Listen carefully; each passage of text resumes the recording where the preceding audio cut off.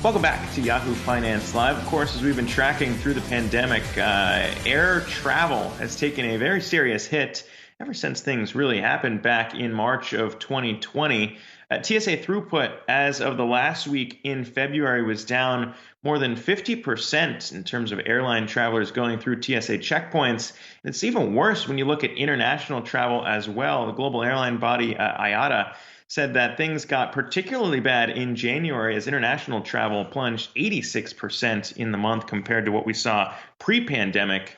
So all of that not necessarily pointing back to a very strong recovery, but what lies in the months ahead. Here to break that down for us is Cowen Analyst Helane Becker. Once again, Helane, going to be chatting with you here today. When you look at it, this is something that you talked to us about in the past, really that international stress and strain on airlines that really make their money there, partially why you like some more domestic airlines like Southwest. So talk to me about what this recovery looks like over the months ahead. Yeah, thanks for having me again. So here's my thought. I think we're going to see a jailbreak this summer as more people get vaccinated, but it's going to be domestic travel. It's not going to be international. If it is, it'll be Caribbean, Mexico. The Canadian border is still closed. A big problem in January was the concern among, I guess, scientists and governments that there were super spreader events in December would create additional coronavirus cases and deaths. And then you had people urging others to stay home when the reality is air travel is still safe. And, think about all the people who are flying, especially crew. You don't hear crews getting coronavirus. So, air travel is safe. It's just there's nothing to do when you get to where you're going. So our view is that beginning the end of the month, so that I think that's right around Easter. I feel like Easter is the beginning of April this year. So I think you'll see traffic really pick up, let's say March 20th. And I think it'll be around 1 million passengers a day. And going through April, remember April of 2020 was the absolute bottom when we saw 87,000 people travel. In a normal day, you'd see 2.5 million people travel. So we're thinking 1 million, 1,000,001. And then Memorial Day weekend, we think that's when the recovery will really start in earnest, and it will go through the summer. As I said, I think it's going to be domestic and near international. I don't think people are comfortable yet traveling, 8 hours on a plane to get to Italy or France or Spain. But that said, I think the governments over there need to also think about reopening in a safe. Of course, I want everything to open safely. I'm sorry. Go ahead. Helane, how much of the international piece do you think is contingent on vaccine, testing at the airports? We've heard IATA, they already launched a pilot on their passports or digital passports that essentially allow people to store all of the information around testing as well as vaccines. It's kind of like a digital ID card. I mean, is that what it's going to take for people to feel comfortable to fly again internationally? Yes, in a word. So people will get used to anything. We got used to taking our shoes off and going through metal detectors, and we got used to, taking our coats off and taking our toiletries out of our bag. We'll get used to this vaccine passport idea for a couple of years. And I think that's what it will take. Once people get vaccinated, if you can have it on your smartphone, terrific, or you print it out and you take it with you, I think that'll be great because that will encourage things to reopen. A and B, as far as testing goes, I don't have a problem so much with international testing.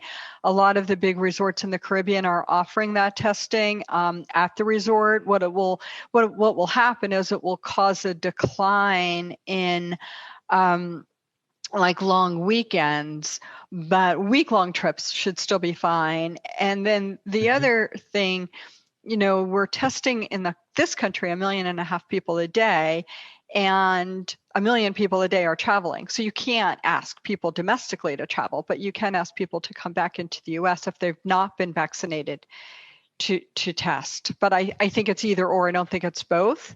And I think as more and more people get vaccinated, things will open, it'll be a lot easier.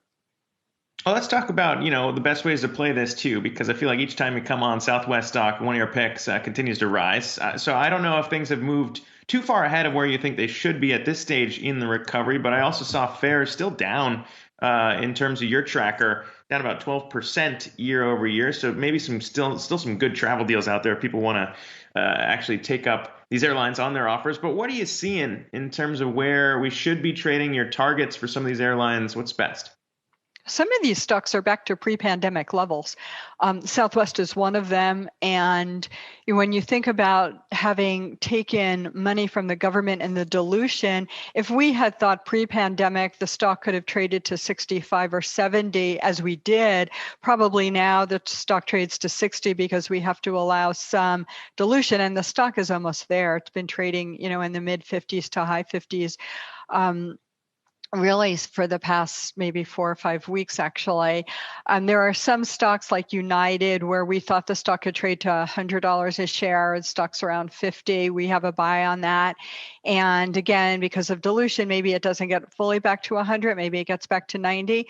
But there's still room. And what you get with a stock like United or even American or Delta, like the big three, what you would get with the three of them is international exposure. So if we're wrong, and international recovers sooner than we think, you get that leverage. Southwest is a safe way to play it. They've got a fortress balance sheet, but it's become a crowded stock among institutional investors. It's an easy one to own. So maybe it's not our first choice. Maybe United, Alaska, JetBlue, Delta, American, kind of in that order ahead of Southwest. But definitely stay with the large domestic airlines with good balance sheets in a position to weather the storm. We're not expecting bankruptcies. We've talked about that before. We think that as the recovery accelerates and people feel more comfortable booking further than a week or two in advance, as people start thinking about booking their summer vacation in maybe April, that helps cash flow. And that's going to be huge to get, to the other side of this. So Helane, no bankruptcy is expected. What about consolidation? Yeah, so I don't know how this particular administration is going to feel about industry consolidation. My sense is we're not going to see too much of it. And we should probably have fewer airlines, but we won't, because the consumerists will be concerned that airfares will go too high, right? Everybody complains, let the airlines go bankrupt. But then when we have fewer airlines, your airfares are going to go up. And then those same people will complain, airfares are so high. So I don't think we're going to see industry consolidation that rapidly, especially among the larger airlines. The government was already complaining pre-pandemic. I don't see it happening post-pandemic. Always good to get your insight. Cowen Analyst Helane Becker joining us there.